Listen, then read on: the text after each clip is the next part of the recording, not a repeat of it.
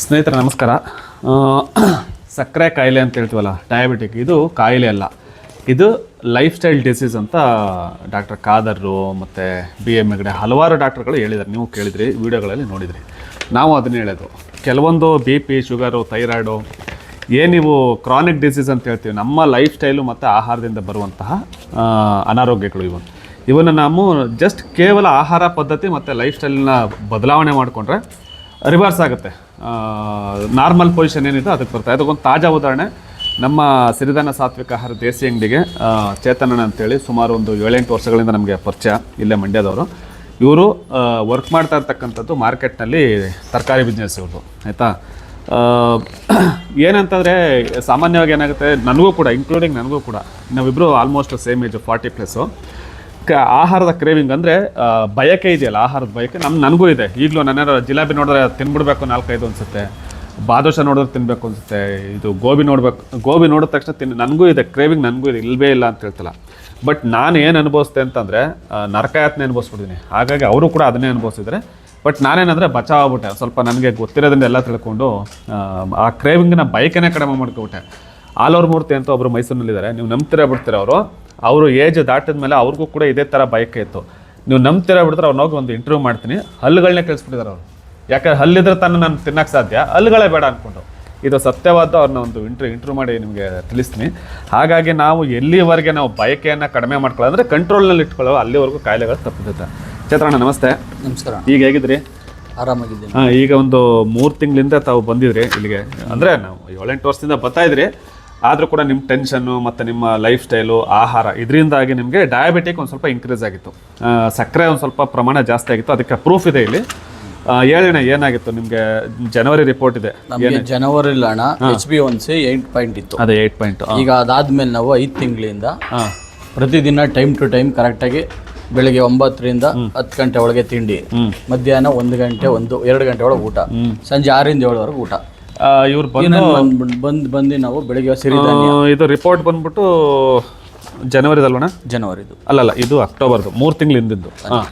3 ತಿಂಗಳು ಹಿಂದಿದ್ದು ಒಂದು ರಿಪೋರ್ಟ್ ಇವಾಗ ನಿಮಗೆ ತೋರಿಸಿದ್ದು. HbA1c ನೀವೇ ನೋಡಿದ್ರೆ 8.0 ಇದೆ HbA1c, ಮತ್ತು ಫಾಸ್ಟಿಂಗು 144 ಮತ್ತು 279 ಆಫ್ಟರ್ ಫುಡ್ಡು. ಇದು ಅವ್ರಿಗೆ ಸ್ಟಾರ್ಟ್ ಆದದ್ದು.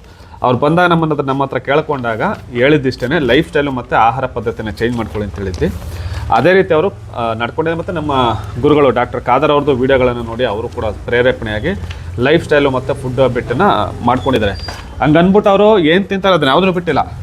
ನಿಜ ಹೇಳ್ತಾ ಇದ್ದೀನಿ, ರೈಸು ತಿಂತಾರೆ, ಜೊತೆಗೆ ಸಿರಿಧಾನ್ಯ ಪೋರ್ಷನ್ ಕಂಟ್ರೋಲ್, ವೆರಿ ಸಿಂಪಲ್. ಸಿರಿಧಾನ್ಯವನ್ನು ಜಾಸ್ತಿ ಮಾಡಿಕೊಂಡ್ರು, ಕಾರ್ಬೋಹೈಡ್ರೇಟ್ನ ಕಡಿಮೆ ಮಾಡ್ಕೊಂಡು, ಅಂದರೆ ಫೈಬರ್ನ ಜಾಸ್ತಿ ಮಾಡಿ ಕಾರ್ಬೋಹೈಡ್ರೇಟ್ ಕಡಿಮೆ ಮಾಡಿಕೊಂಡು, ತರಕಾರಿಗಳು ಮತ್ತು ವಾಕಿಂಗ್ ಎಲ್ಲ ಒಂದು ಸ್ವಲ್ಪ ಮಾಡಿಕೊಂಡ್ರು. ಮತ್ತು ಒಂದು ಸ್ವಲ್ಪ ಟೆನ್ಷನ್ ಏನೇನಿತ್ತು, ಅವರು ಕೂಡ ನಾನ್ ವೆಜ್ ಉಪಯೋಗಿಸ್ತಾರೆ, ಅದರಲ್ಲೂ ಕೂಡ ಕಂಟ್ರೋಲ್ ಮಾಡಿಕೊಂಡು, ನೀವು ನಂಬ್ತಿರೋ ಬಿಡ್ತಾರೆ. ಈಗಿನ ರಿಪೋರ್ಟ್ ತೋರಿಸ್ತೀನಿ ನಿಮಗೆ, ಒಂದು ಸಲ ನೋಡಿಬಿಡಿ, ಹಂಗೆ ಕಣ್ಣಾಡಿಸಿ ತೋರ್ಸಪ್ಪ ರಿಪೋರ್ಟ್, ಮೇಲಿಂದ ಕೆಳಗಡೆ ಹೋಗಿದೆ.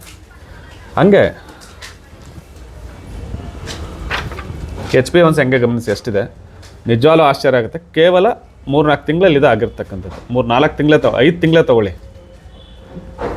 ಅಂದರೆ ಅವರು 5 ತಿಂಗಳಿಂದ ರಿಪೋರ್ಟ್ ಚೆಕ್ ಮಾಡಿಸಿಲ್ಲ, ಆವಾಗಲೇ ರಿಪೋರ್ಟ್ ಚೆಕ್ ಮಾಡಿಸಿದ್ರೆ ಖಂಡಿತ ಅದು ವಾಸಿ ಆಗಿರೋದು. ಅಂದರೆ ಇವಾಗ ಫಾಸ್ಟಿಂಗ್ ಬಂದ್ಬಿಟ್ಟು 104 ನಾರ್ಮಲ್ಲು, ಆಫ್ಟರ್ ಫುಡ್ಡು 125 ನಾರ್ಮಲ್ಲು, ಮತ್ತು HbA1c ವ್ಯಾಲ್ಯೂ ಬಂದ್ಬಿಟ್ಟು 4.8 ನಾರ್ಮಲಿಗೆ ಬಂದೈತೆ. ಅಂದರೆ ಈಗ ಇವರು ನಾವು ಅದಕ್ಕೆ ಅಡ್ವೈಸ್ ಮಾಡ್ತಾ ಇರೋದು, ಇನ್ನು ಮುಂದಕ್ಕೆ ಇದೇ ಲೈಫ್ ಸ್ಟೈಲು ಮತ್ತು ಫುಡ್ ಹ್ಯಾಬಿಟ್ನ ಕಂಟ್ರೋಲ್ ಮಾಡಿ. ಯಾವುದೇ ಮೆಡಿಸಿನ್ ಅಲ್ಲಿ ಏನು ತಗೊಳ್ತಾ ಇನ್ನು ಮುಟ್ಬಾರ್ದಾನೆ ಇದು. ನಾನು ಸಿರಿಧಾನ್ಯ, ಮುದ್ದೆ, ಸೊಪ್ಪು, ತರಕಾರಿ ಅಷ್ಟೇ, ಇಷ್ಟೇ ನಮ್ಮ ಆಹಾರ. ನಾನು ಅದನ್ನೇ ಹೇಳೋದು. ನನಗೂ ಈಗ ಎಲ್ಲರೂ ಗೋಬಿ ಕಾರ್ನರ್ ಇದೆಲ್ಲ ಹೋಯ್ತು, ನನಗೆ ಒಂಚೂರು ತಿನ್ಬೇಕಲ್ಲ ಅಂತ, ಬಟ್ ಕಂಟ್ರೋಲ್ ಮಾಡ್ಕೋಬೇಕಣ್ಣ, ಏನೂ ಮಾಡೋಕ್ಕಲ್ಲ. 40 ಆಯ್ತಿದ್ದಂಗೆ ನಮ್ಮ ಮೆಟಬಾಲಿಸಮು ವೀಕ್ ಆಗ್ತಾ ಬರುತ್ತೆ, ಅಂದರೆ ಜೀರ್ಣಕ್ಕೆ ಕಡಿಮೆ ಆಗ್ತಾ ಬರುತ್ತೆ. ಒಬ್ಬೊಬ್ರಿಗೆ ಒಂದೊಂಥರ ಕಾಯಿಲೆಗಳು ಬರ್ತವೆ. ಈಗ ನಮ್ಗೆ ಸಕ್ಕರೆ ಕಾಯಿಲೆ ಬರ್ಬೋದು, ಡಯಾಬಿಟಿಕ್ ಆಗ್ಬೋದು, ಥೈರಾಯ್ಡ್ ಆಗ್ಬೋದು, ಏನು ಬೇಕಾದ್ರೂ ಬರ್ಬೋದು. These are life disease and food control ಅಷ್ಟೇ, ಅದು ಬಿಟ್ಟರೆ ಬೇರೆ ಇಲ್ಲ. ತುಂಬ ಖುಷಿ ಆಯ್ತಣ್ಣ.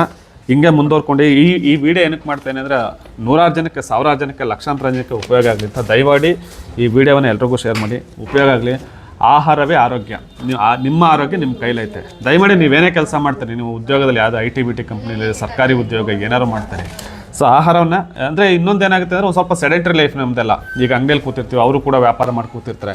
ಹೀಗಾಗಿ ನಾವೇನಂತಾಗುತ್ತೆ, ಇದನ್ನೇ ಲೈಫ್ ಸ್ಟೈಲ್ ಅಂತ ಅನ್ನೋದು. ಇನ್ನೇನು ಲೈಫ್ ಸ್ಟೈಲ್ ಅಂದರೆ ಏನು ಮೇಲಿಂದ ಉದುರು ಬಿಡಲ್ಲ. ಆಹಾರ ಜೊತೆಗೆ ಲೈಫ್ ಸ್ಟೈಲ್ನ ಕರೆಕ್ಟಾಗಿ ಇಟ್ಕೊಳ್ಳಿ. ಏನೇ ಕಾಯಿಲೆ ಇರಲಿ ಸ್ನೇಹಿತರೆ, ಒಂದಂತೂ ನಿಮಗೆ ವಿನಮ್ರತೆಯಿಂದ ಚಾಲೆಂಜ್ ಮಾಡ್ತೀನಿ, ಇನ್ಕ್ಲೂಡಿಂಗ್ ಕ್ಯಾನ್ಸರ್ನು ಕೂಡ ಬರೀ ಕೇವಲ ಆಹಾರದಿಂದ ನಾವು ಗುಣಪಡಿಸ್ಬೋದು. ಅಂದರೆ ನೀವು ನಂಬಿಕೆ ಇಟ್ಟು ನಿಮ್ಮ ಆಹಾರ ಪದ್ಧತಿಯನ್ನು ಚೇಂಜ್ ಮಾಡ್ಕೊಳ್ಳಿ, ಖಂಡಿತ ಹುಷಾರಾಗುತ್ತೆ. ಎಲ್ರಿಗೂ ಈ ವಿಚಾರವನ್ನು ನಿಮ್ಮೆಲ್ರಿಗೂ ತಿಳಿಸಿ ಅಂತ ಹೇಳ್ತಾ ಎಲ್ರಿಗೂ ಒಳ್ಳೆಯದಾಗಲಿ. ಸರ್ವೇ ಜನಃ ಸುಖಿನೋ ಭವಂತು. ನಮಸ್ಕಾರ.